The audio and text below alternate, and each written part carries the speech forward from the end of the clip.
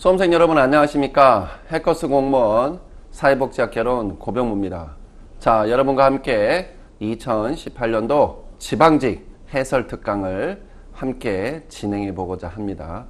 자, 들어가기 앞서서 이번 2018년도 지방직 사회복지학개론 시험 문제는 각자 느끼는 바가 다르겠지만 제가 보기에는요 난이도가 좀 있는 문제였어요. 그리고 충분히 권리구제, 우리가 이제 법치론 때 배웠죠. 재심, 이의제기 할 수 있는 문제가 두 문제 정도 있었어요. 좀 이따 제가 설명드릴게요. 그래서 약간 난이도로 따지면은 중상 정도 아닐까. 그래도 저랑 꾸준히 공부하신 분들께서는 이의제기 할 수 있는 문제 두 문제를 빼고도 한 85점 이상은 다 나오셔야 되지 않나 이렇게 생각이 듭니다. 그래서 여태 나왔던 지방직 시험 문제 중에서는 조금 그래도 많이는 아니지만 난이도가 높았다 이렇게 말씀을 드리면서 자, 함께 하나씩 꼼꼼히 진행을 해볼까 합니다. 먼저 1번 문제 한번 보시겠습니다. 요것도 약간 난이도가 있다고 보면 있다고 하면 있다고 할 수 있는 내용이죠. 사회복지관 사업 3대 기능 분야가 아닌 것은 1번 사례관리 기능, 2번 지역 조직화 기능, 3번 서비스 제공 기능, 4번 역량 강화 기능. 자, 다 맞는 말 같아요. 다 맞는 말 같은데 제가 수업 시간 때 이 복지관에 대해서 제가 말씀을 드렸죠. 아동복지관, 여성복지관, 노인복지관, 복지관. 이 복지관이라는 개념은 뭐냐면 이 복지관은 인보관이에요. 인보관. 우리 인보관 운동할 때 배웠죠? 예. 그 인보관이에요. 이건 이제 중국식 한자 말이고 이건 이제 우리가 복지관 이렇게 한다는 거죠. 원래는 인보관인데. 그럼 여기서 인자가 뭐냐면 이웃이란 뜻이에요. 이웃. 요 보자는 무슨 보자냐면 펼칠 보자예요. 펼치다. 그러니까 요 관이라는 거는 이제 도서관 그 다음에 여관 할 때 그 관자거든요. 그러니까 이용시설을 얘기를 하는 거죠. 이 관이라는 거는. 그러니까 이웃에게 뭔가 도움이 되고자 펼치게 하는 이용시설. 이걸 인보관이라는 거고 현대 개념으로 복지관 이렇게 한다는 거죠. 그럼 벌써 답 나왔죠? 첫 번째. 이웃에게 뭔가 베푼대요. 펼친대요. 그럼 뭐예요? 타겟이 지역사회인 거죠. 그죠? 그럼 지역사회와 연관 있는 게 뭐죠? 그 유명한 뭐죠? 사례관리죠. 요건 두 개는 거의 같이 붙어 다닌다고 보시면 되죠? 그래서 지역사회 복지론에서 뭐가 나와요? 제 교재 여러분 저랑 함께 하셨잖아요. 뭐가 나와요? 사례관리가 나오잖아요. 물론 실천론에서 나오지만. 그래서 복지관 인보가 나오면 바로 요 두 단어는 튀어나와야 돼요. 지역사회 사례관리 이 말이 나와야 되는 거죠. 그럼 어디 있습니까? 사례관리 기능? 맞죠? 지역 조직화 기능? 맞죠? CO? 일단 그러니까 1번, 2번은 3대 기능 분야에 들어간다고 봐야 돼요. 그러면 이제 세 번째하고 네 번째예요. 3번, 4번 지문이에요. 여기서 이제 헷갈려요. 그러면 자 보세요. 복지관은 제가 아까 관자라고 그랬죠. 관이 뭐라고 그랬죠? 주로? 이용시설일 때 관자를 붙어요. 관. 도서관, 뭐 여관, 또 뭐 있지, 뭐 복지관, 아무튼 관. 그러면 보세요. 그러면 이용시설이면 주로 어떤 기능이 있죠? 그렇죠. 서비스가 바탕인 거죠. 그죠? 내가 책이라는 거를 읽고 싶기 위해서 책 서비스를 받기 위해서 간다. 어디? 도서관. 내가 여기 생전 처음 온 곳이야. 마드리드야. 근데 내가 여기서 자고 싶어. 근데 나는 여기 어딘지 몰라. 아는 사람도 없어. 그럼 그분들한테 제공해주는 숙박 기능. 뭐? 관. 여관. 라찌라는 개념이죠. 이렇게 이용시설 개념이기 때문에 결국은 서비스예요. 이거는. 핵심은. 어딨죠? 여기 있는 서비스 제공 기능. 그러면 답 나왔죠. 1번, 2번, 3번이 사회복지관 사업 3대 기능 분야인 거예요. 그러면 역량 강화 기능은 안 하느냐? 있긴 있어요. 그러나 핵심은 요 1번, 2번, 3번이라는 거죠. 그래서 정답은 몇 번이다? 4번으로 보시는 게 타당하겠다. 초장부터 난이도가 조금 있는 문제가 나오니까 아마 수험생 여러분께서 헷갈리실 수 있는데 제가 수업 때 복지관에 대한 개념, 아동복지관, 노인복지관 할 때 복지관은 뭐다? 인보관이다. 수업 시간 때 말씀드렸습니다. 그랬으면 금방 지문이 줄어들면서 하나를 뽑아낼 수 있는 거죠. 2번 문제도 한번 보실까요? 질적 연구에 대한 설명으로 옳은 것은 1번 과학적 실증주의를 기반으로 한다. 2번 인과관계의 법칙과 작용을 밝혀내며 가치 중립적이다. 3번 귀납적 논리 방법이 대부분 사용된다. 4번 주로 이론을 바탕으로 가설을 도출한 다음에 가설을 검증한다. 자, 먼저 1번 질문 보시겠습니다. 질적 연구예요. 질적 연구는 반대말이 있겠죠? 뭐예요? 양적 연구죠? 이거 같은 말로 뭐죠? 질적 조사라고도 하고 양적 조사라고도 하죠? 같은 말이에요. 어렵게 생각하지 마세요. 그러면 이거는 주 바탕이 뭐라고 그랬죠? 관찰이에요. 관찰. 관찰. 예. 요거는 주가 뭐죠? 요거는 서베이예요. 주가. 예. 오케이? 통계 조사라고. 그래서 보시면 과학적 실증주의라면 이제 논리 실증주의 그걸 주로 얘기하는 거거든요. 그거는 수학이에요. 수학. 예. 그러니까는 이거 뭐죠? 통계 조사잖아요. 이거 엄밀히 얘기하면은. 그러니까 뭐예요? 이거 수학인 거죠. 정답, 그러니까 1번 보세요. 과학적 실증주의를 기반한다? 이건 뭐다? 이거 노란색으로 써볼까? 이건 양적 조사가 되는 거지. 오케이? 2번, 인과관계의 법칙과 작용을 밝혀내며 가치 중립적이다? 제가 말씀드렸죠. 가치 중립적이란 말이 딱 한 군데 나오는데 수업 시간에 말씀드렸습니다. 어디서 나온다고? 조사론에서 나온다고. 근데 지금 질적 연구는 어디서 나와요? 조사론. 그러니까 가치 중립적이란 말은 이 말을 써도 되는 거야. 조사론에서 나오기 때문에. 다음, 핵심은 이거예요.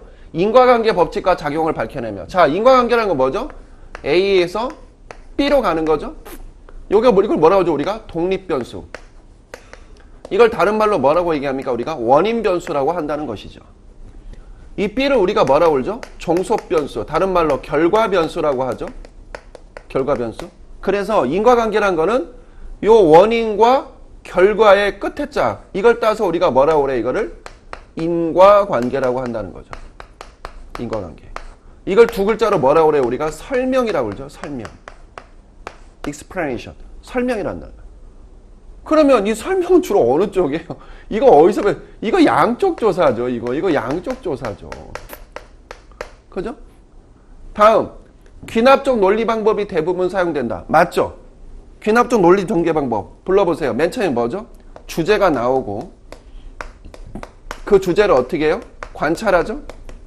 그 다음에 어떻게 해요? 일정한 패턴이 나오면 그 패턴을 우리가 일반화시키는 과정. 요거예요. 수업 때 말씀드렸죠? 그래서 주제, 관찰, 패턴, 그걸 일반화시키는다. 요게 귀납법이죠. 요게 대표적인 뭐예요? 질적 연구죠. 그럼 반대말인 양적 조사는 어떻게 되죠? 양적 연구는 이론이 나와야 되죠. 그 다음 뭐예요? 그 유명한 가설이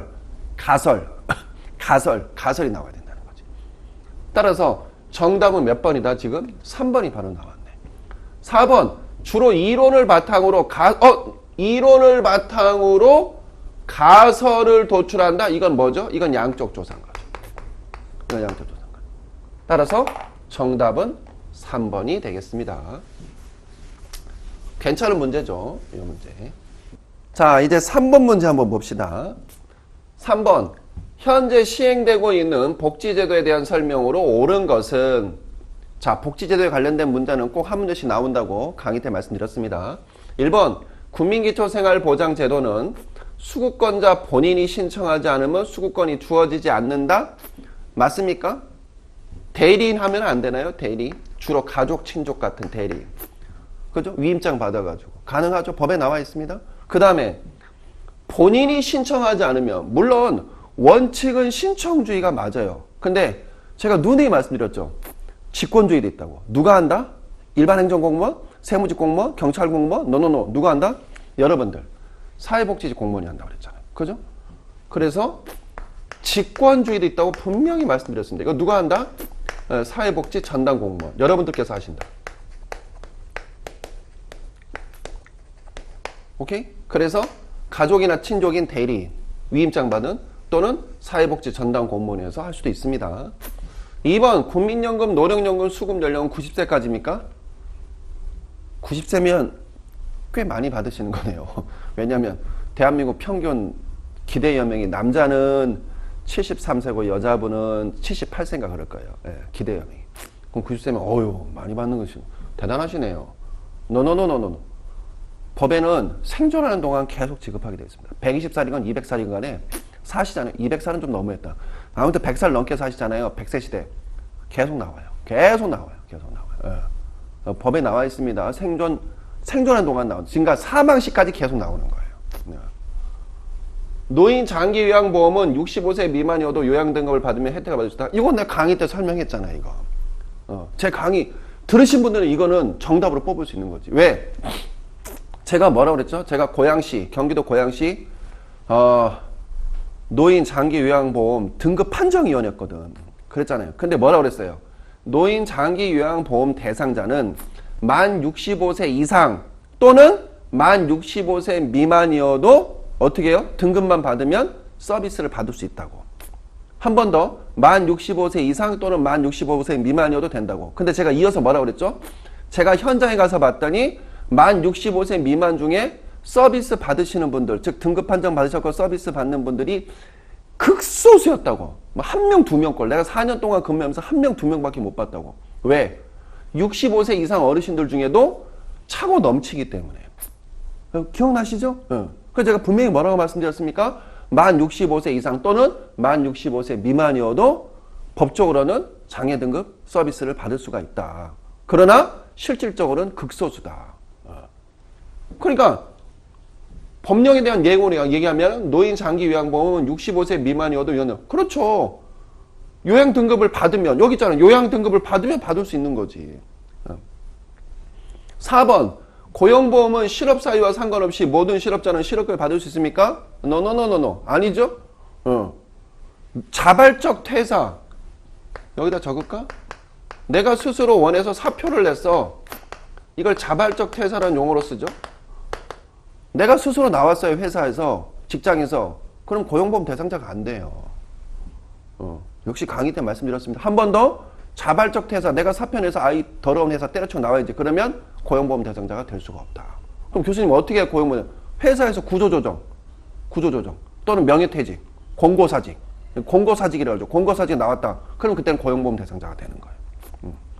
고로 현재 시행되고 있는 복지제도에 대한 설명으로 옳은 것은 3번이 되겠습니다.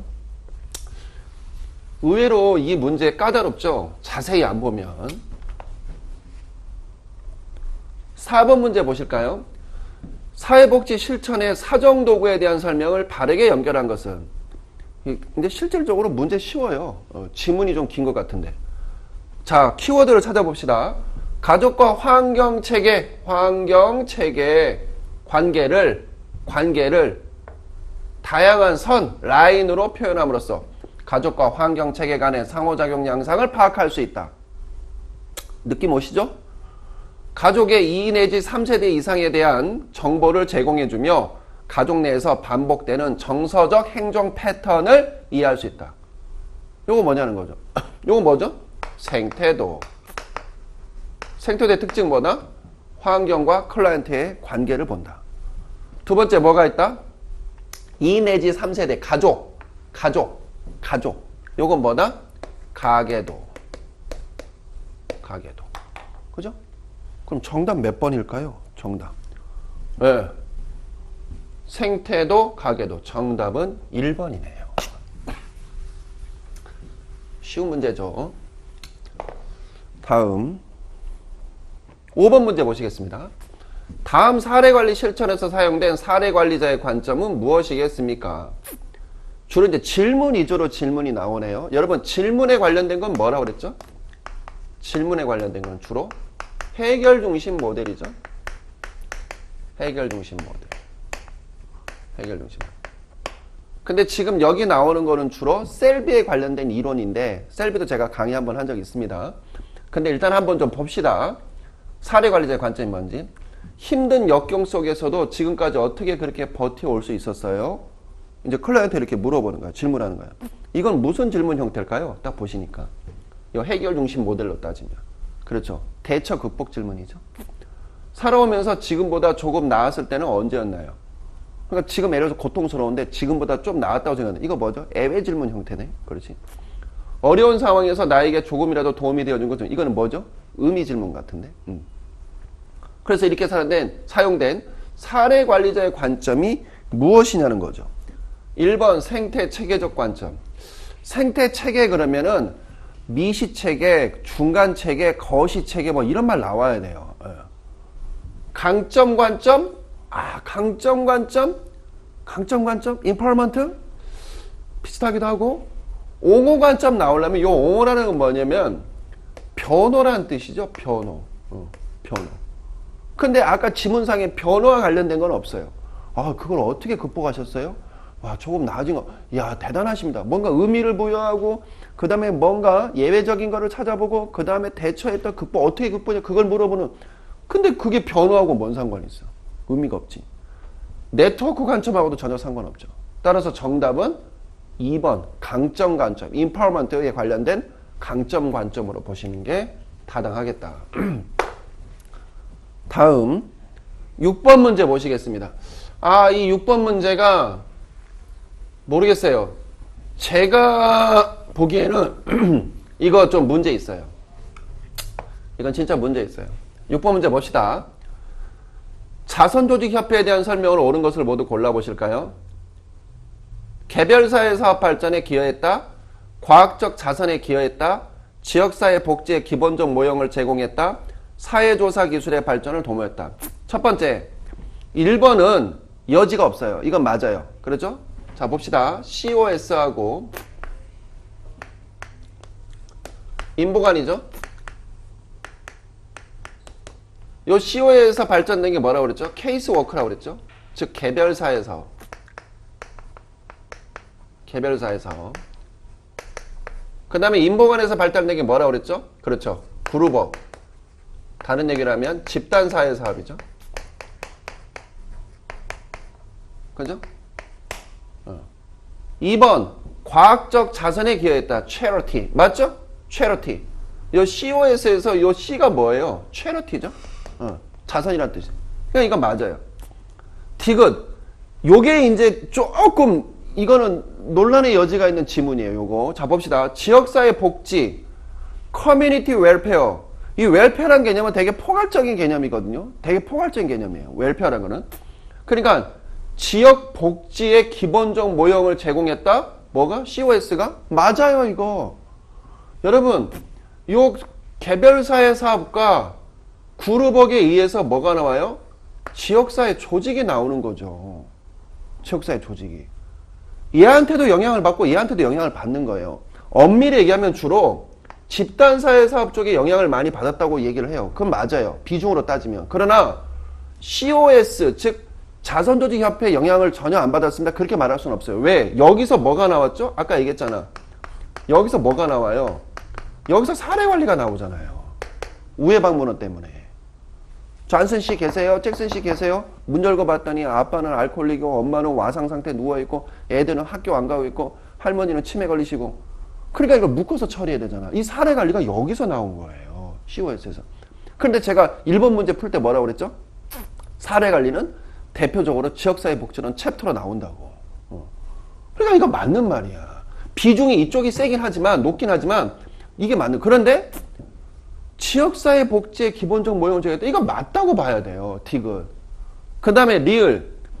사회조사 기술의 발전을 도모했다? 저 좀 보세요. 엄밀히 얘기하면 이쪽이에요. 이쪽이라고. 서베이네, 소셜 서베이. 서베이에 관련된 거는 아까 그랬잖아요. 인보관은 서베이라고. 이쪽이라고. 이쪽 인보관 쪽이라고. 그런데 나중에 점점점 갈수록 COS 쪽에서도 해요. 그러니까 처음에 출발 스타트는 찰스 부스에서 요 역학조사, 콜레라 역학조사하는 요 서베이, 소셜 서베이, 요 통계조사를 요쪽에서 한 건 맞지만 이쪽에서 안 했다, 이쪽에도 했다는 거야. 나중에 후대로 갈수록. 이해되십니까? 무슨 말인지? 스타트는 얘가 했고, 스타트는 이렇게. 그런데 정답에 가답 안에 뭐라고 나왔냐면 정답이 기억, 니은, 리을로 나왔어요. 정답이.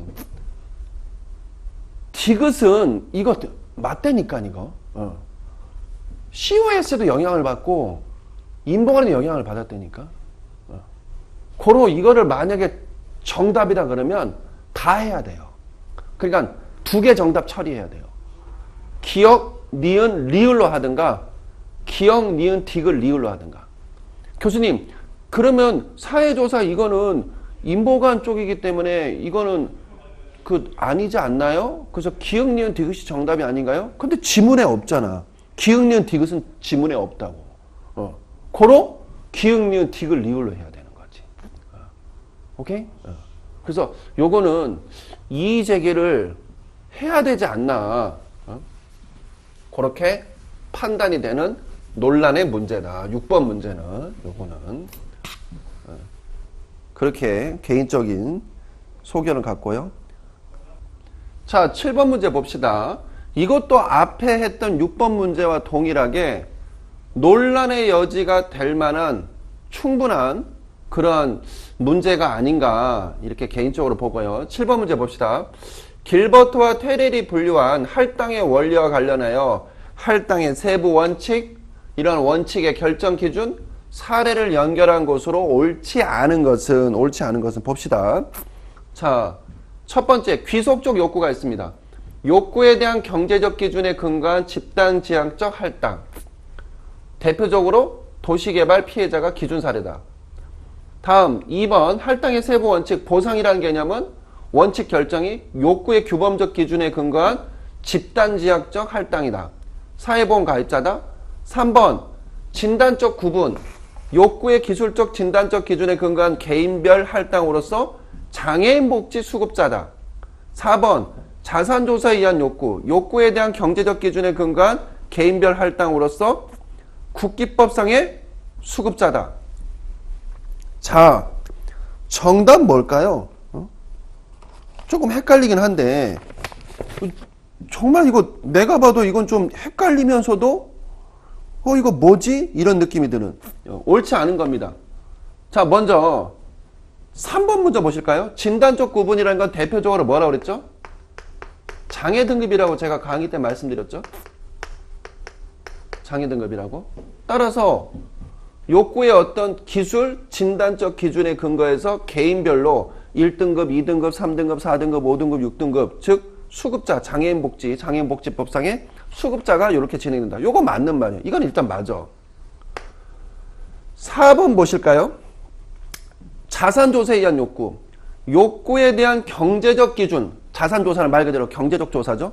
경제적 기준에 근거한 개인별 할당으로서 국기법, 국민기초 생활보장법상의 수급자다. 요것도 맞아요. 맞아요. 자, 그럼 이제 1번 아니면 2번이에요. 먼저 2번 먼저 보실게요. 보상이라는 거는 크게 두 가지예요. 나라에, 국가사회, 지역사회에 공헌을 했다거나 아니면 공권 또는 공권력에 의해서 피해를 당했을 때 그때 해주는 게 바로 보상이라는 개념이라고 그랬죠. 두 개가 있다고 그랬어요. 그래서 대표적인 공헌에 들어가시는 분들은 6.25 참전 유공자분들, 그 다음에 월남 참전 유공자분들, 이런 분들이 대표적으로 공헌에 들어가는 케이스고, 공권력에 의해서 피해를 입은 분들 대표적으로 어디죠? 예를 들면은 4.19 의거, 그 다음에 5.18 뭐 이런 케이스가 보상 중에 공권에 관련된 거죠. 그러니까 내가 뭔가 국가사회 지역사회로부터 피해를 입었다는 거야. 이때 요거를 공권에 의한 보상 이렇게 얘기한다는 거죠. 그러면 욕구의 규범이라는 건 뭐죠? 규범. 틀이에요, 틀. 그러니까 어떤 룰스를 얘기를 하는 거죠. 그러니까 이거 맞아요. 욕구의 규범적 기준에 근거한 집단지향적 할당. 이거 맞죠. 집단지, 개인별이 아니라. 맞는데, 사회보험 가입자일까요? 요 위에 잠깐 보실까요? 도시개발, 도시 재개발에 의한 피해자. 맞잖아요. 내가 여지껏 내 땅에서 내 집 짓고 잘 살고 편하게 사는데 도시개발한대. 그래갖고 내 집을 다 때려 부순대. 그럼 이건 뭐예요? 전형적으로. 이거죠. 공권에 의한 피해죠. 그럼 나는 보상을 받아야 되는 거죠. 오케이? 그러니까 이게 요렇게 내려와야 되는 거 아닌가? 난 이렇게 생각하는데. 그죠? 그러니까 요거 약간 이 퀘스천이야. 사회보험 가입자요? 사회보험 가입자가 보상이라고? 이건 아닌 것 같은데. 1번 귀속적 욕구. 귀속적 욕구라는 건 뭐죠? 자, 강의 때 말씀드렸죠? 성별, 연령, 지역, 인종 등등. 한 번 더 대표적으로 성별, 연령, 지역, 인종 등에 의해서 어떻게 해요? 이루어지는 사회수당 개념이 어떻게 보면은 귀속적 욕구라고 그랬잖아요. 그죠? 대표적으로 뭐 무상급식이라든가 아니면은 무슨 뭐 가족수당이라 저기 뭐지 기초노령연금이라든가 이런 것들이. 그런데 욕구에 대한 경제적 기준에 근거한 집단지역적 아니죠. 경제적으로 상관없이 이건 뭐예요? 규범적이죠. 룰이죠. 룰. 규범적으로 바꿔야 되죠. 이거. 그 다음에 도시개발 피해자 오히려 이쪽이 더 가깝다니까. 이쪽이. 그러면 요 기준사례는 뭐서 아까 얘기했잖아. 무상급식이라든가 또는 기초연금 대상자라든가. 그죠? 아니면은 뭐 다둥이 가족 대상자라든가 이렇게. 그러니까 이거는 뭔가 좀 이상해. 근데 정답 몇 번 나왔어요? 1번으로 나왔다는 거지. 1번. 그래서 요거는 논란의 소지가 있다. 요건 논란의 소지가. 그래서 3번, 4번은 확실히 맞아요. 근데 지문 자체가 옳지 않은 거기 때문에 1번, 2번 둘 다 정답 처리를 해야 되지 않을까. 이렇게 개인적인 의견을 말씀드려 봅니다. 다음 8번 문제 보시겠습니다. 8번. 자, 로스만의 지역사회복지 실천 모델에 대한 설명으로 옳지 않은 것은. 자, 로스만의 모델은 시험에 꼭 나온다고 제가 누누이 말씀드렸어요. 나오잖아요. 보세요. 나오잖아요. 1번. 지역사회 개발 모델은 주민의 참여를 바탕으로 지역사회 내 문제를 주민들 스스로 해결할 수 있도록 하여 긍정적인 환경을 만드는 것이다. 따라서 역량 강화 기술이 강조된다. 자, 한번 저랑 같이 보실까요? 로스만의 3분형 모델이죠. 로스만의 3분형.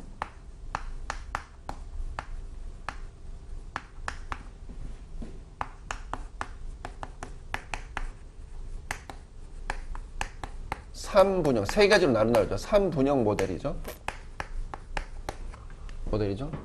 그래서 첫 번째 뭐가 있다고 그랬죠? 지역사회 개발 모델. 두 번째가 뭐가 있다고 그랬죠? 지역사회 계획 모델. 계획. 세 번째가 뭐가 있다고 그랬어요? 지역사회 운동 모델이 있다고 그랬죠? 운동 모델. 그런데 영어는 앞에서 나오면 그 뒤에만은 대명사로 바꾸거나 생략되는 거 아시죠? 그래서 앞에 지역이란 말이 나왔기 때문에 지역이란 말을 생략해버리죠. 뒤에서부터는. 그죠? 그래서 첫 번째만 지역사회 개발 모델을 쓰고 그 다음부터는 뭐라고 그래요? 사회 계획 모델, 사회 운동 모델 이렇게 되는 거죠. 그런데 2010년인가 11년인가 그때 들어오면서부터 자연스럽게 이 운동이란 말이 약간 좌파적인 냄새가 나나 봐요. 약간 왼쪽 냄새. 그래서 저는 분명히 운동이라 배웠거든요. 대학원 다닐 때. 근데 어느 순간부터 이게 행동으로 바뀌더라고. 행동으로. 원래 운동이에요. 운동. 정확히 얘기하면 운동인데 이게 행동으로 바뀌더라고. 그래서 지금은 교재에 어떻게 나오냐? 지역사회 개발 모델, 지역사회 계획 모델, 지역사회 행동 모델 이렇게 바뀐다는 거죠. 자, 지역사회 개발 모델 특징 뭐죠? 그 상태가 지금 어때요? 무지몽매하다고 그랬습니다. 무지몽매. 그럼 우리가 어떻게 되죠? 거의 개발을 해야 되겠죠? 이걸 뭐라고 그래요? 우리가 계몽이라고 하죠. 계몽. 그러면 그러기 위해서는 어떻게 해요? 지역 주민들을 첫 번째 어떻게 하죠? 소집을 해야 되겠죠? 두 번째, 그분들을 어떻게 해야 돼요? 교육을 해야 되겠죠. 주로 어떤 형태라고 그랬죠? 낮에는 일하기 때문에 밤에 야학 위주로 할 수밖에 없죠. 세 번째, 그거 가지고 어떻게 해요? 계속 토의와 토론을 시켜서 자각을 시켜야죠. 오케이? 이때 클라이언트는 누구라고 그랬죠? 클라이언트는 지역 주민이라고 그랬죠. 지역 주민. 이때 사회복지의 역할은 뭐죠? 사회복지 역할은 그대로 하세요. 뭐 소집하기 위해서는 계획도 해야 되겠죠. 계획과 소집과 그 유명한 교사, 그 유명한 교사 역할, 교육이니까. 그 다음에 토론가, 토의가, 뭐 이런 식으로 자각시키니까. 오케이? 그러면 이걸 전부 합쳐서 우리가 뭐라고 표현할 수 있을까요? 그렇죠. 역량 강화를 얘기하죠. 역량 강화. 이거 맞는 거죠. 다음 사회 계획 모델은 뭐죠? 지금 그 상태가 어떻다고 그랬어요? 문제가 만연하다고 그랬죠. 문제. 그 지역사회 문제가 만연해. 그러면 그 문제를 어떻게 해야 돼요? 해결해야 되겠죠? 근데 이 지역사회 자체로 그 역량이 안 돼요. 그래서 외부에서 스카우트 된다고 그랬잖아. 아니, 로스만의 사람은 외국 사람, 미국 사람이라니까. 스카우트와 유능한 전문가를. 그게 누구예요? 사회복지사죠? 그럼 여러분들 제일 먼저 스카우트에서 왔어. 제일 먼저 뭐부터 하겠어요? 그렇죠. 욕구조사부터 하겠죠? 두 번째 뭐예요?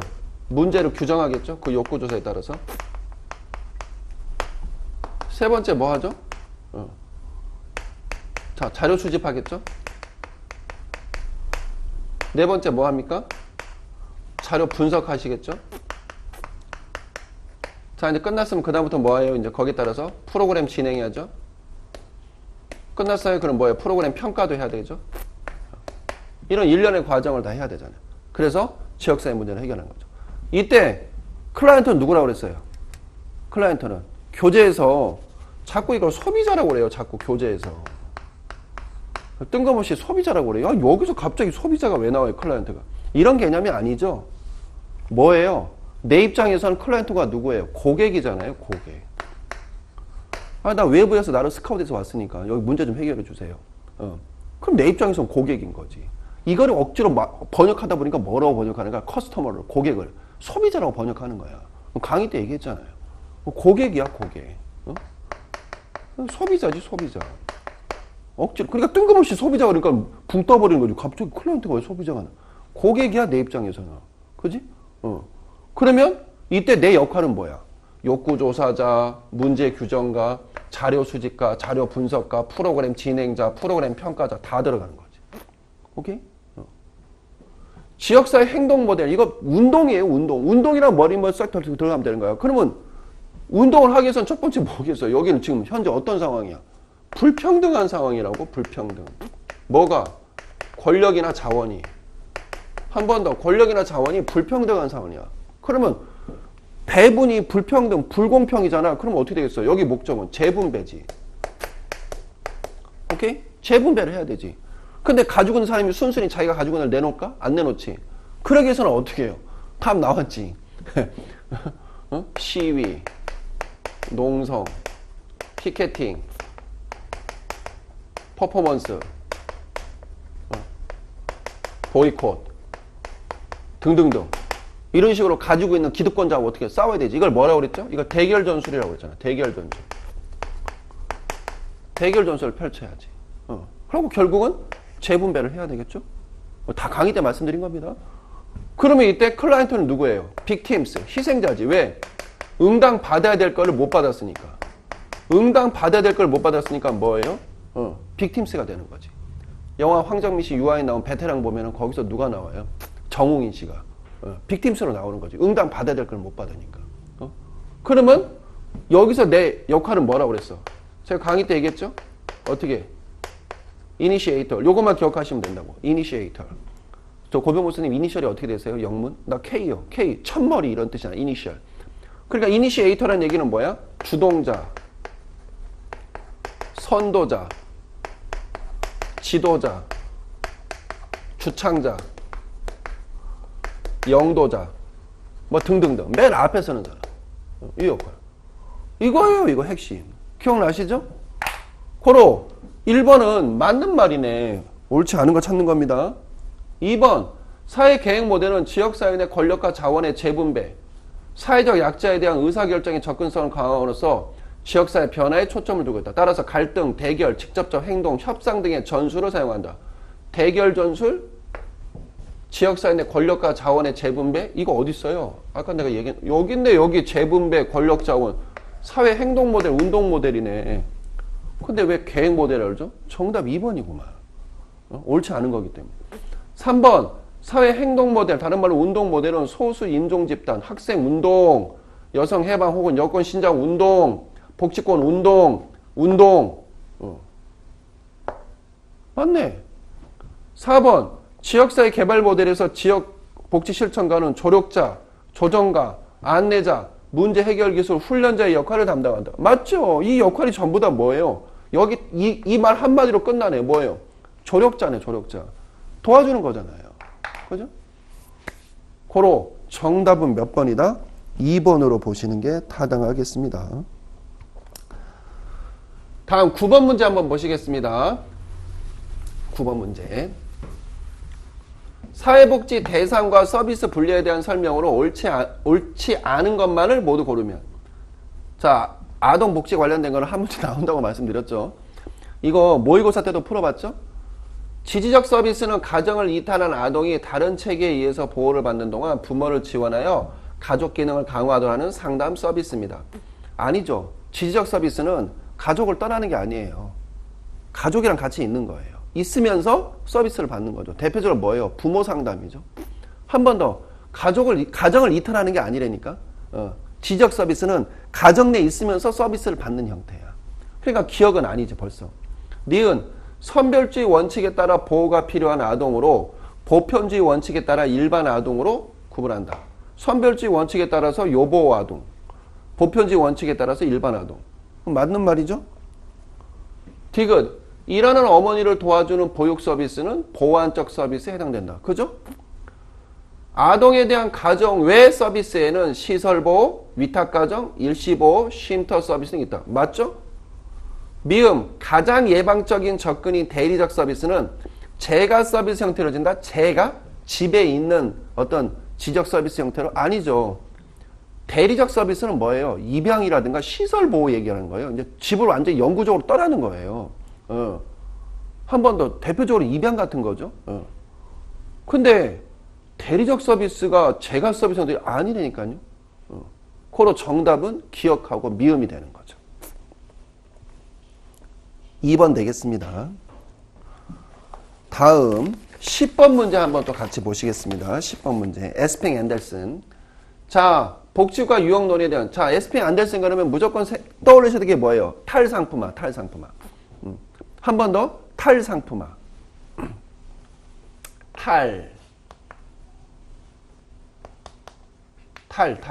이거 엑소 얘기하는 거죠. 엑소. 무엇으로부터 벗어나다. 엑소. 으르렁. 자, 엑소. 탈시설화. 탈시설화 한다. 탈상품화. 그러니까 더 이상 상품 얘기하지 말라는 거죠. 더 이상 상품 얘기하지 말자는 거예요. 당신은 어떤 상품이 있어? 당신은 어떤 상품이 있어? 그러면 그 상품 없으면은 뭐 살 수 없는 거야? 이게 자본주의의 가장 큰 맹점인 거죠. 그래서 에스핑 안델슨 교수가 뭐라 그러냐? 복지국가를 나눌 때 탈상품화 지수가 높으면 사회민주주의 복지국가로, 그 다음에 탈상품화 지수가 가장 낮으면 뭘로? 자유주의적 복지국가로 구분을 했어요. 그 가운데는 뭘로 했어요? 조합주의 또는 사회보장국가 개념으로 한 거죠. 1번 탈상품화와 계층화 등의 개념으로 복지국가 체계를 유형화했다. 맞죠? 네. 2번 사회민주주의 복지체계에서는 가장 꼭대기 북유럽이죠. 선별주의와 자주의 원칙. 선별주의가 아니라 보편주의죠.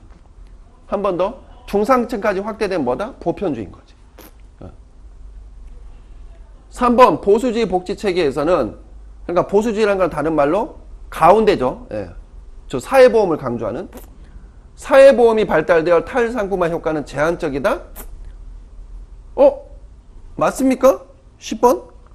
말이 좀 이상하죠? 보수주의 복지체계에서는 사회보험이 발달해 탈상품화 효과는 제한적이지 않죠. 오히려. 4번 자유주의 복지체제에서는 또는 체계에서는 탈상품화가 낮죠. 그죠? 그래서 대표적으로 3번 사회보험이 발달된 나라 어디예요? 독일, 일본, 그 다음에 한국 이런 케이스죠. 그러면 거기가 탈상품화 효과가 제한적입니까? 아니잖아요. 이거는. 정답은 3번으로 보시는 게 낫겠다. 11번 문제. 선별적 사회복지 특징으로 옳은 것만을 모두 골라보시겠습니다. 애외주의 이념에 기반을 두고 있다. 사회복지의 대상을 사회적 약자나 요보 대상자로 한정한다. 서비스를 받는 것에 대한 낙인이 없다. 사회복지를 국민의 권리로 간주한다. 4번 사회 문제는 사회체계의 불안전성과 불공평성에서 기인한다고 본다. 이렇게 나와 있습니다. 자, 선별적 사회복지라는 것은 결국은 선별주의를 얘기를 하는 거예요. 선별주의는 어디서 파생됐죠? 그렇죠. 자녀적 개념에서 나왔죠. 자녀적 개념을 다른 말로 뭐라고 그러죠? 보충적 개념 또는 보완적 개념이라고도 합니다. 그렇죠? 이거의 특징은 뭐예요? 90%는 누구한테 책임한테 있다는 거예요? 개인이나 가족한테 있다는 거죠. 그래서 그 나머지 10%, 나머지 요 10%만 누가 책임지겠다는 거예요? 국가사회와 지역사회가 책임을 지겠다는 거죠. 그 개념인 거예요. 그러면 애외주의라는 건 뭐죠? 애외. 자, 보세요. 전체가 있는데, 야, 너 요거 애외, 요거 애외. 이거 뭐예요? 이거 특수주의. 요거 자녀 개념인 거죠. 애외니까. 뭘 어렵게 생각하면 애외. 다 되는데, 너만 예외야, 애외 깍두기야. 이건 특수, 자녀. 이거 이쪽이네, 이거. 그러니까 이거 맞는 거고. 사회복지의 대상을 사회적 약자나 요보 대상자로 한정한다. 맞죠? 이것도 맞네? 요보 대상자라면 요보 대상자들. 10%. 서비스를 받는 것에 대한 낙인이 없다? 낙인이 있죠. 이건 틀린 거고. 사회복지를 국민의 권리로, 아니죠. 권리성이 아니라 이건 뭐라고 그랬죠? 시혜성이라고 그랬죠? 강의 때 분명히 말씀드렸습니다. 선별주의는 권리성이 아니라 뭐다? 시혜성. 그러니까 이것도 틀린 거고. 사회 문제는 사회체계의 불안전성과 불공평성에서 기인한다고 본다? 아니죠. 이쪽은 특징이 뭐예요? 개인의 문제를 보는 거죠. 네가 이렇게 된 거는 빈곤에 대한 책임은 90%가 너한테 책임이 있는 거야. 오히려 불안전성과 불공평성에 기인한다. 이건 어디예요? 제도적 개념인 거죠. 보편주의. 그러니까 이것도 아닌 거고. 그럼 정답은 뭐예요? 기억하고 니은인가? 맞습니까? 정답 1번이네. 어디 있어요? 1번. 기억 니은이 되겠습니다. 그래서 선별주의와 보편주의에 관련된 문제는 시험 문제 정말로 잘 나온다고, 꼭 나온다고 제가 누누이 여러분께 말씀드렸습니다. 아니나 다를까 시험 문제 나왔네요. 12번 문제. 우리나라의 노후소득 보장 정책에 대한 설명으로 옳은 것은, 자, 1번 문제. 1번. 국민기초생활보장제도는 공공부조 프로그램으로 선별주의 제도이다. 맞는 것 같은데요? 맞는 것 같은데? 정답 바로 1번인 것 같은데? 2번. 노후소득 보장 정책은 기초연금제도와 기초노령연금제도로 이원화되어 있습니까? 아닌 것 같은데요? 기초연금제도죠. 일원화되어 있는 걸 알고 있는데, 만약에 나눈다고 하면은 국민연금에 무슨 완전 노령연금과 그 다음에 사회수당 개념인 기초노령연금, 이렇게 개념을 묶어야지. 기초연금제도와 기초노령연금? 뭐 거의 같은 말인데, 이건 아닌 것 같은데. 3번. 국민연금 가입 대상에서 제외되는 직군은 공무원과 군인뿐입니까? 그러면 저기 해외 파병 가신 분들은, 저기 해외 파병 노동자는, 그 다음에 좀 기분 나빠요. 왜? 군인만 있는 게 아니라 지금 대한민국에 28,000명의 누가 있어요? 옛날 말로 공익근무요원, 사회복무요원. 기분 나빠요, 그분들. 옛날 말로 공익근무, 사회복무요원들 있는데, 그러면 그분들 국민연금 가입대 제외 대상자죠? 그분들도. 그러니까 이건 말이 안 되는 거지. 4번. 2018년 현재 노인수당이 경로연금제를 운영하고 있습니까? 경로연금제 3만원인가? 맞을 거예요. 3만원씩 받던 그러니까 경로연금제도가 폐지되면서 나온 게 뭐예요? 기초노령연금제도죠. 예. 기초연금제도, 기초연금. 그러니까 이거는 지금 폐지가 된 거죠. 따라 정답은 몇 번이다? 1번으로 보시는 게 낫겠다. 13번 문제 한번 보시겠습니다. 13번. 사회복지사가 청소년과의 면담에서 사용한 기법, 기억, 니은을 바르게 연결한 것은, 청소년, 우리 부모님은 폭군이에요. 항상 자기들 마음대로 해요. 나를 미워하고 내가 불행해지길 바라는 것 같아요. 진짜 가출하고 싶을 때가 한두 번이 아니었어요. 사회복지사, 부모님 때문에 숨이 막힐 것처럼 느끼는구나. 내가 보기에는 부모님이 과격하게 사랑을 표현하는 것 같은데, 힘들었을 텐데 지금까지 잘 견뎌왔네. 자, 요거예요. 자, 기역, 니은을 바르게 연결한 것은 무엇이냐? 해석, 직면, 공감, 직면, 공감, 제명명, 명료하지만. 먼저 해석은 뭐죠? 저변에 깔려있는 클라이언트 저변에 깔려있는 거를 조합해가지고 그림 퍼즐처럼 맞춰서 혹시 이거 아닙니까? 이렇게 제시하는 거. 그래서 제가 이거 외울 때 어떻게 외우라고 그랬죠? 해석하기는 명탐정 셜록 홈즈라고 외우라고 그랬잖아요. 그죠? 예.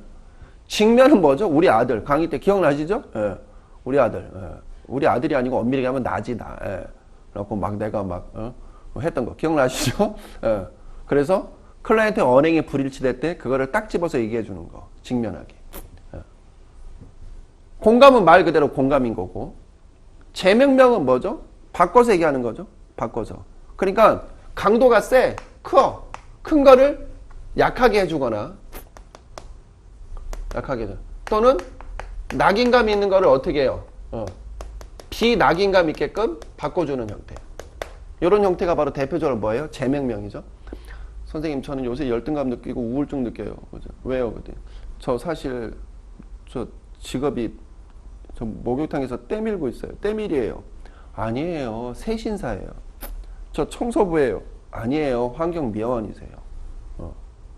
이런 것들. 이게 뭐예요? 대표적으로. 제명명이죠. 명료화는 뭐예요? 명확하게 탁 찍어서 이거야 알려주는 거예요. 돌직구죠. 네. 선생님, 저는요, 저 주사도 안 피고요, 남들하고 술도 안 마셔요. 그리고 저는 항상 집에서만 마셔요. 근데 사람들이 저보다요, 알코올릭이에요. 아, 저 혹시 일주일에 몇 번 드세요? 일주일에 7번이요. 선생님, 그거 알코올릭이에요. 이게 딱 집어주는 거예요, 그거. 그게 뭐예요? 명료화. 재보정은 뭐예요? 재보정은 이걸 격려하고 다르다고 그랬죠? 이거는 클라이언트가 자책감이나 죄책감을 느낄 때, 죄책감을 느낄 때, 저는 나쁜 엄마예요. 저는 딸 하나 있는 거 남편도 없이 제가 키운다고 했는데 열심히 잘 키운다 했는데 최근에 제가 때렸어요. 제 딸을. 어머니 왜 때리셨는데요? 애가 스마트폰을 훔쳤어요. 근데 이건 아니다 싶었고 제가 회초를 들고 열심히 때렸어요. 많이. 그랬더니 애가 지금 울고불고, 아, 저도 무척 속상해요. 선생님, 저는 나쁜 엄마예요. 어머님, 저 같아도 그렇게 했을 거예요. 어머니 죄책감 느끼지 마세요. 어머니로서 당연히 훈육하신 거예요. 이게 뭐예요? 이게 재보정이라고 그러지. 그지? 격려하고 좀 다른 개념이다. 그래서 다시 앞으로 가셔서 우리 부모님은 폭군이에요. 그러면서 쭉 얘기를 하고 있어요. 하소연하고 있죠. 그러자 첫 번째 기억. 부모님 때문에 숨이 막힐 것처럼 느끼는구나. 이거 뭐예요? 이거 공감이죠? 공감. 내가 보기에는 부모님이 과격한 사랑, 폭군이에요. 막 이렇게 하는데 과격한 사랑 얘기하고 있어요. 이거 뭐죠? 제명명이죠. 강도가 큰 것을 어떻게 약하게 해주는 거. 그래서 정답 어디 있을까요? 네, 3번이 되겠습니다. 공감, 제명명. 공감, 제명. 3번. 다음 14번 문제. 이거는 뭐 방법이 없어요. 이거는 이제 외워야 되는 문제죠. 정보에 따른 사회복지 부문의 통합 정산 정보 시스템 구축에 대한 설명으로 적절하지 않은 것은 2000년대 이후 보편적 사회 서비스의 확대로 인해서 정부 부처들과 지자체 및 민간 부문의 정보들이 연결될 필요성이 높아졌다. 맞죠? 사회보장 정보 시스템, 이른바 행복이음은 지자체에서 수행하는 복지 사업을 지원하기 위한 통합 정보 시스템이다. 맞죠? 3번 사회복지 시설 정보 시스템은 민간 부문의 사회복지 서비스 기관들이 생산하는 자료들을 직접 수집하지 않는다? 약간 말이 어폐가 있죠. 4번 통합 정보를 통한 트래킹 시스템, 낚시죠. 이렇게 추적하는 거, 이력관리 시스템, 이력관리.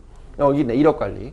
이러한 트래킹 시스템은 생애 주기별 사례 관리에 기여하긴 하지만 클라이언트의 비밀 보장이나 개인정보 보호에 취약성을 가질 수도 있다. 맞죠, 요거? 고로 정답은 3번. 직접 수집하기도 합니다. 15번 문제. 노인복지법상 같은 종류의 노인복지시설에 해당하지 않는 것. 이거 기억나십니까? 내가 강의 때 설명했는데 노인장기요양보호 할 때. 1번 노인 전문병원 주야간 보호서비스, 2번 양로시설 노인 공동생활가정, 3번 노인 요양시설 노인 요양 공동생활가정, 4번 노인복지관 경로당. 자, 노인복지관 경로당은 뭘로 들어가죠? 레저, 노인 여가시설로 들어가죠. 노인 요양시설, 노인 요양 공동생활가정 뭘로 들어가죠? 의료복지시설. 양로시설, 노인 공동생활가정 뭐죠? 거주시설, 주택시설. 그 다음에 노인 전문병원 주야간, 요 주야간 보호 서비스는 주로 어디서 하죠? 재가복지시설. 노인 전문병원은 해당되지 않아요. 이거는 노인복지법이 아니라 이건 어디죠? 병원 들어가는 거는 의료법이에요. 고로 정답은 몇 번이다? 1번. 16번. BS택이 제시한 사회복지 실천 관계의 기본 원칙에 대한 설명으로 옳지 않은 겁니다. 의도적인 감정 표현. 의도적인 감정 표현은 누구예요? 클라이언트의 감정을 끄집어내는 거죠. 주로 부정적인 감정을 끄집어내게 하는 거. 사회복사는 클라이언트가 자신의 감정을 자유롭게 표현하도록 하며 클라이언트가 표현할 많은 것을 적극적으로 경청해야 된다. 맞죠? 2번 개별화. 사회복지 서비스의 대상자를 각각 독특한 자질을 가진 사람으로 인정한다. 맞다. 개성이 다른 개별화. 케이스 바이 케이스로. 3번 수용. 편견 없이 있는 그대로 받아들이는 거죠. 클라이언트의 말과 감정에 동조하거나 비난하는 태도를 보이지 않고 있는 그대로 여기 나왔는데 결정적인 말 있는 그대로. 4번 자기결정. 사회복사는 실천 과정에 함께 참여하도록 하고 클라이언트의 능력에 상관없이 능력에 상관없이 개인차에 상관없이 클라이언트 스스로 모든 사항을 직접 결정할 수 있도록 원조해야 된다. 이건 아니죠. 클라이언트의 능력에 상관없이는 아니죠. 거기에 맞게끔 해줘야 되죠. 맞게끔 해줘야 되죠. 맞춰줘야 되는 거죠. 상관없이는 아니죠. 어폐가 있죠? 정답 4번. 17번. 뜬금없이 학교 사회복지 관련된 게 나왔습니다. 근데 이거 어려운 거 없어요. 이런 문제 나와도 당황하지 마시고요. 잘 보시면 답이 보여요. 자, 봅시다. 낙후 지역인 A 지역에 소재한 B 중학교 학생들의 생활 실태를 조사하였다. 그러니까 B 중학교가 나오네요. B 중학교. 그 다음에 A 지역이라는 게 나오네요. 여기. A 지역. 그 결과 한부모 가정의 비율이 높고 부모의 직업은 일용직, 임시직 비율이 높았다. 학생들은 수업이 끝난 후 혼자 방치되거나 오락실이나 PC방에서 대부분의 시간을 보내면서 식사는 결식 또는 인스턴트 식품으로 해결하는 등 물리적 방임, 의료적 방임을 경험하고 있었다. 또한 이들 학생들은 학업 성취도가 낮고 집단 따돌림을 당하는 등 학교 적응이 어려운 상황이었다. B 중학교 학교 사회복지사는 이들을 표적 집단으로 선정한 후 교육 서비스와 복지 서비스를 제공할 수 있도록 계획을 수립하였다. 우선 가까운 대학 그냥 X대학이라고 할게요. X대학. 가까운 대학에 있는 사회복지학과 학생들과 사복과 그 다음에 1대1 멘토링 프로그램을 통하여 정서적인 지원 서비스를 제공하고 사범대학 학생들의 도움을 받아 사범대학 방과 후 학생들에게 학업 지원 서비스를 제공하였다. 또한 인근 사회복지관 오늘 사회복지관 많이 나오네요. 사회복지관과 연계하여 가정도우미를 추천받아 학생의 가정에 장기적으로 방문하여 저녁밥 서비스를 제공하는 사업을 기획하였다. 도식화 시켜보면 이렇게 나오겠습니다. 자, 요거에 관련된 내용입니다. 이거는 뭐냐는 거죠. 1번 학교 변화 모델. 학교가 변화되는 게 아니라 이 중학교에 있는 뭐예요? 결식 아동 또는 부적응 아동 학생을 얘기하는 것 같은데 아동이라보다 학생이 낫겠다. 결식 학생, 부적응 학생. 그죠? 요 타깃이 여기잖아요. 표적 집단이라고 그랬으니까 요거. 사회적 상호작용 모델 똥딴지 같죠?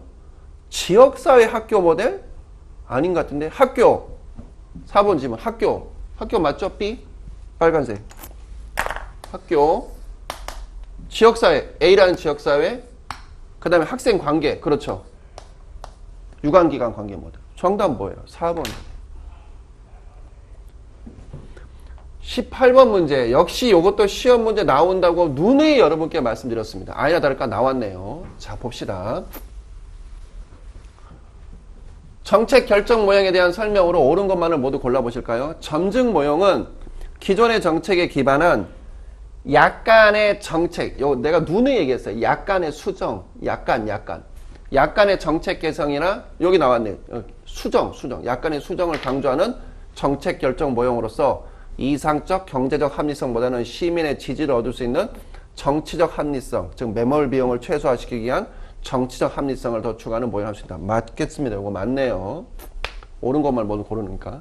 니은 쓰레기통 모형은 조직화된 무질서, 여기 있네요. 무질서. 우연이란 말이 나와야 되는데 그 상태를 가정하면서 정책 결정이 일정한 규칙에 따라 이루어지는 것이 아니라 정책 결정에 필요한 여러 가지 흐름. 우연히 여기 있네. 결정 다 나왔네요. 우연히. 예, 우연히. 쓰레기통 모형은 무조건 우연이야. 우연히 한 곳에 모여져 정책 결정이 이루어지나 보는 거예요. 요것도 맞네. 그러니까 기억 니은은 일단 맞네요. 다음 디귿. 만족 모형은 합리 모형과 점중 모형의 절충적인 합리 모형과 점중 모형의 절충은 뭐죠? 기억나십니까? 너무 쉽죠? 이거 뭐예요? 혼합 모형이죠. 혼합 모형. 그러죠? 그래서 기본은 뭘? 합리 모형을. 그 다음에 디테일한 거는, 세부적인 거는 뭐? 점중 모형을 따른다. 그래서 절충적인 형태로서 중요한 문제의 경우에는 합리 모형에서와 같이 포괄적 관찰을 통해 기본적인 결정을 수행하고 이후 기본적인 결정을 수정 보완하면서 세부적인 사항을 어떻게 한다? 점증적으로. 여기 나왔잖아. 기본적인 건 합리, 큰 거는 합리, 세부적인 건 점증 모형. 이건 뭐예요? 전형적인 혼합 모형이죠. 혼합. 그러니까 디귿이 틀렸구만. 리을 합리 모형은 인간이 매우 이성적이며 고도의 합리성에 따라 행동하고 결정한다는 전제하에 여기까지는 맞아요. 근데 끝까지 읽어야죠. 경제적 합리성과 함께 직관? 제가 누누이 얘기했습니다. 직관? 이거 뭐죠? 최종 모형. 최종 모형이죠. 직관 그는 뭐예요? 초합리성. 뭐다? 최종 모형. 최종 모형. 따라서 정답은 몇 번이 되겠습니까? 옳은 것만 고르기다. 기억 디귿이네요. 기억 니은 죄송합니다. 기억 니은. 그래서 정답은 1번이 되겠습니다. 다음 문제. 다음 표에서 임계경로를 순서대로 바르게 나열한 것은 임계경로. 자, 임계경로는 제가 누누이 여러분께 강의 때 말씀드렸습니다. 이거 어디서 나오는 말이죠? 펄트에서 나오죠? 그죠? 기억나십니까? 프로그램 평가 검토 기법.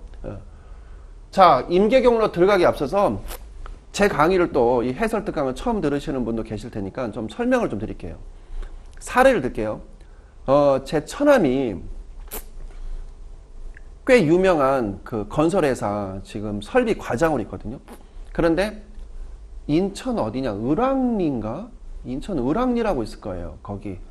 그 영종도 옆에 있는 거기 있는데 저도 한번 가본 적 있는데 그 을왕리 해수욕장 있는데 거기다가요 어마어마한 큰 그 콘도인가 펜션 콘도를 짓고 있었어요. 그런데 저한테 뭐라고 얘기하냐 뭔 얘기를 하다가 제가 와 어마어마하게 잘 지었네 세상에 와 이거 정말 잘 지었다 짱이다 짱 내가 이렇게 얘기했더니 매형 저 지금 우리 그 임계경로 잘못 설정해 가지고요 뭐 저한테 제가 이제 그때 임계경로를 많이 이제 들은 거예요. 몇 년 전이죠. 그래서 임계경로를 잘못 설정해 갖고요. 저 지금 하루에 지금 500만 원씩 지금 벌금 물고 있습니다. 그래서 예? 뭔 말인데 그게 그랬더니 뭐냐? 준공일자가 있지 않습니까? 그러면 준공일자를 딱 맞춰서 해야 돼요. 근데 그게 지나잖아요. 그래갖고 계속 짓고 있어요. 근데 그러면 매일 500만 원씩 벌금을 물어야 된다는 거예요. 지금 그 얘기인 거예요. 그러니까 임계경로가 요거예요. 임계경로가 뭐냐면 기업 입장에서 사업을 운영하는 사람 입장에서는 가장 긴 경로를 얘기하는 거예요. 그러니까 이렇게 보시면 돼요. 벌금을 두드러 맞지 않기 위해서 일단은 벌금을 두드러 맞지 않기 위해서 일단 장마도 올 것이고 무슨 눈도 내릴 것이고 휴일도 있을 것이고 그 다음에 뭐 직원들이 아플 수도 있을 것이고 뭐 등등등 또는 뭐 파업을 해서 뭐 업체에서 뭐 납품을 공급받지 못할 수도 있고 이런 거를 다 고려해 가지고 가장 길게 일단 잡는 거예요. 공사 기간을. 그리고 그래야 매달 날마다 500만 원씩 한 달이면 얼마야 이거 엄청난 돈이지. 그리고 일단 그렇게 길게 잡는 거예요. 한 번 더 임계경로라는 건 뭐다? 가장 긴 경로를 얘기를 하는 거예요. 가장 긴 경로. 어떤 프로그램을 진행하는 과정에서. 오케이? 이해돼? 그것만 기억하시면 돼요. 자, 그럼 봅시다. 이 문제 맞히신 분들 몇 분이나 계실란가 모르겠네. 이거 되게 어려운데. 어려우면서도 쉬워요, 이거. 이게 도표로 나오니까 아마 좀 붕 뜨신 분도 계실 거예요. 알고 보면 쉬운데. 자, 봅시다. 먼저 작업 A가 나오고 있습니다. 작업 A. 그러면 일단 A를 먼저 딱 적어야 되겠죠? A가 나왔어요. 그 다음에 선행 작업이 없대요. 그러니까 얘가 스타트야. 선행 작업 없으면 얘밖에 없잖아. 그래서 내가 크게 썼잖아요. 여기다 크게. 크게 썼죠? 없음. 그러니까 얘가 스타트야. 그죠? 다음 B를 볼게요. B는 A가 선행이래. C도 A가 선행이래. 이건 무슨 말이냐? 이렇게 나눠진 거야. 이렇게. A가 선행이라며. 그렇게 나와서 B, C가 생긴 거예요. 이렇게 B, C가. 이 얘기예요. 이 얘기 지금. 자, 그려봅시다. 임계 경로니까. 자, C까지 이제 D 봅시다. D는 B, C래. 선행 작업이. 그럼 이건 뭐야? 이 얘기 아닌가요? 이거잖아요. 이거. 일단 그림을 먼저 그려야 됩니다. 임계 경로. 그 다음에 우리 D까지 했지? 그 다음에 E는 D, F도 D야. 그럼 이 얘기는 뭐냐면 다시 이렇게 나눠졌다는 거지. E, F. 그죠? 다음 G가 들어가야 돼. 아이고, 이거를 어떻게 봐야 되나?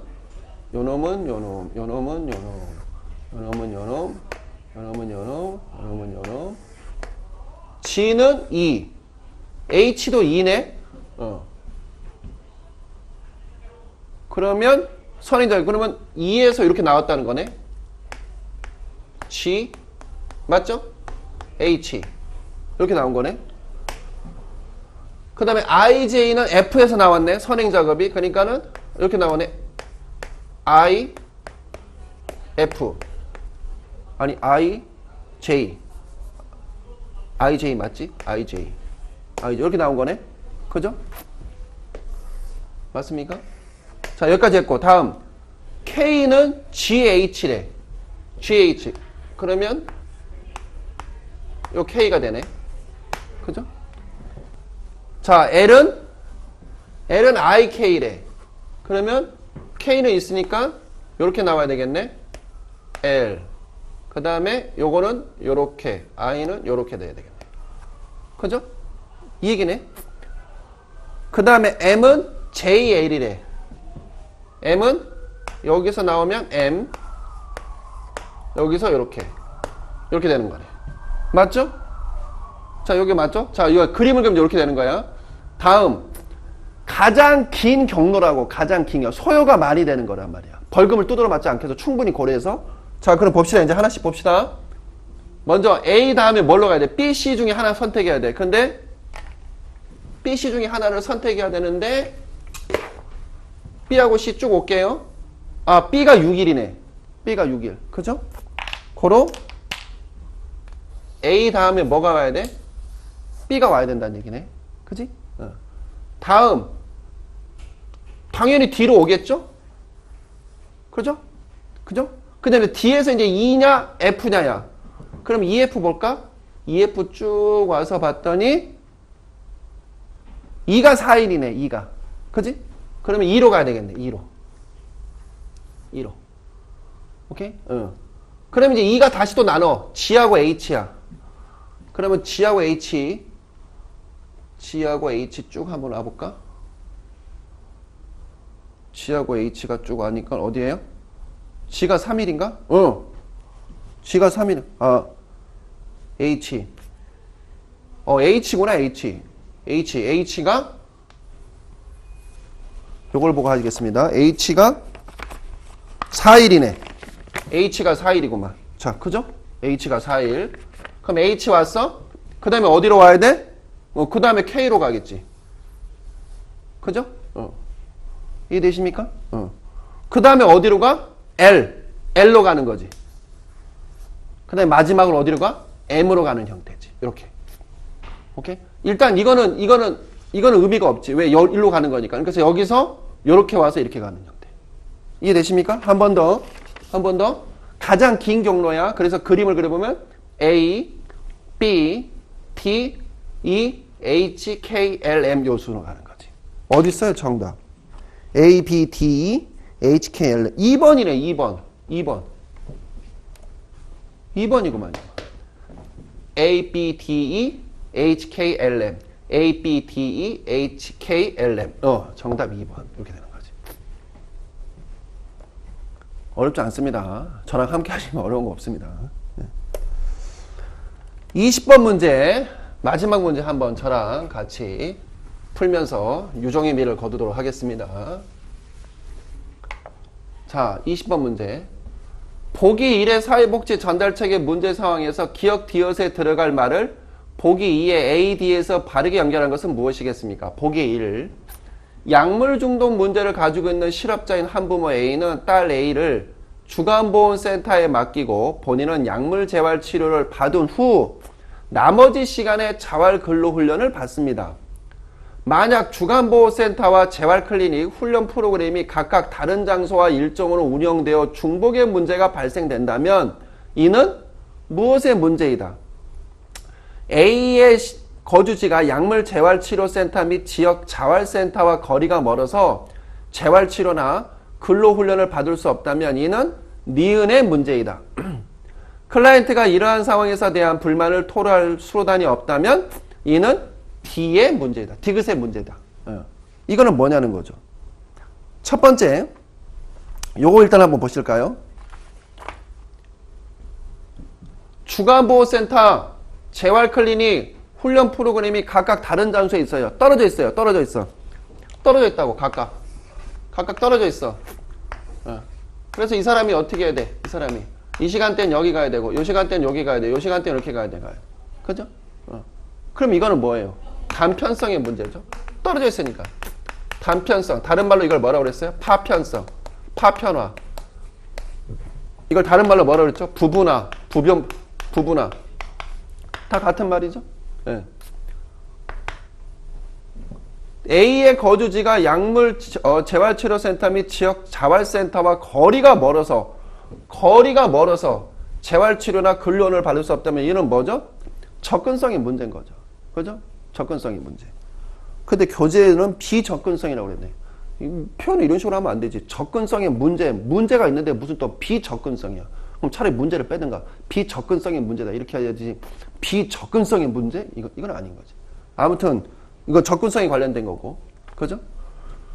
클라이언트가 이러한 상황에 대한 불만을 토로할 수단이 없다면 이는 뭐냐는 거죠. 요거 보세요. 자 봅시다. 효과성은 기억나시죠? 이거 한 진짜 100번 넘게 했죠? 목적 달성과 연관이 있고 이 목적 달성 뭐와 연관이 있다고 했죠? 클라이언트의 뭐? 만족도와 연관이 있다고 했어요. 만족도. 이거는 사회복사에 뭐와 연관이 있다? 책임성과 연관이 있다고 누누이 강조드렸습니다. 근데 마지막에 뭐라고 그래요? 이러한 상황에 대한 불만을 토로할 수 있다. 이건 만족도에 관련된 문제예요. 만족도에 관련된 문제. 만족. 그죠? 이건 뭐와 연관이 있다고 그랬어요? 꼭 기억하시라고 했죠. 책임성이에요. 그럼 이건 어디 있을까요? 여기인데 무책임성. 이거 무책임성. 이거네. 불만, 무책임성. 따라서 정답은 몇 번이다? 2번이라는 거죠. 2번. 그래서 여기까지 좀 긴 시간이지만 꼼꼼히 여러분과 함께 2018년도 지방직 사회복지학개론 해설 특강을 진행했습니다. 자, 다음 시간에 인강으로 또 현강으로 여러분들을 찾아뵙도록 하겠습니다. 지금까지 해커스 공무원 고병무였습니다. 나중에 또 뵙겠습니다. 고맙습니다.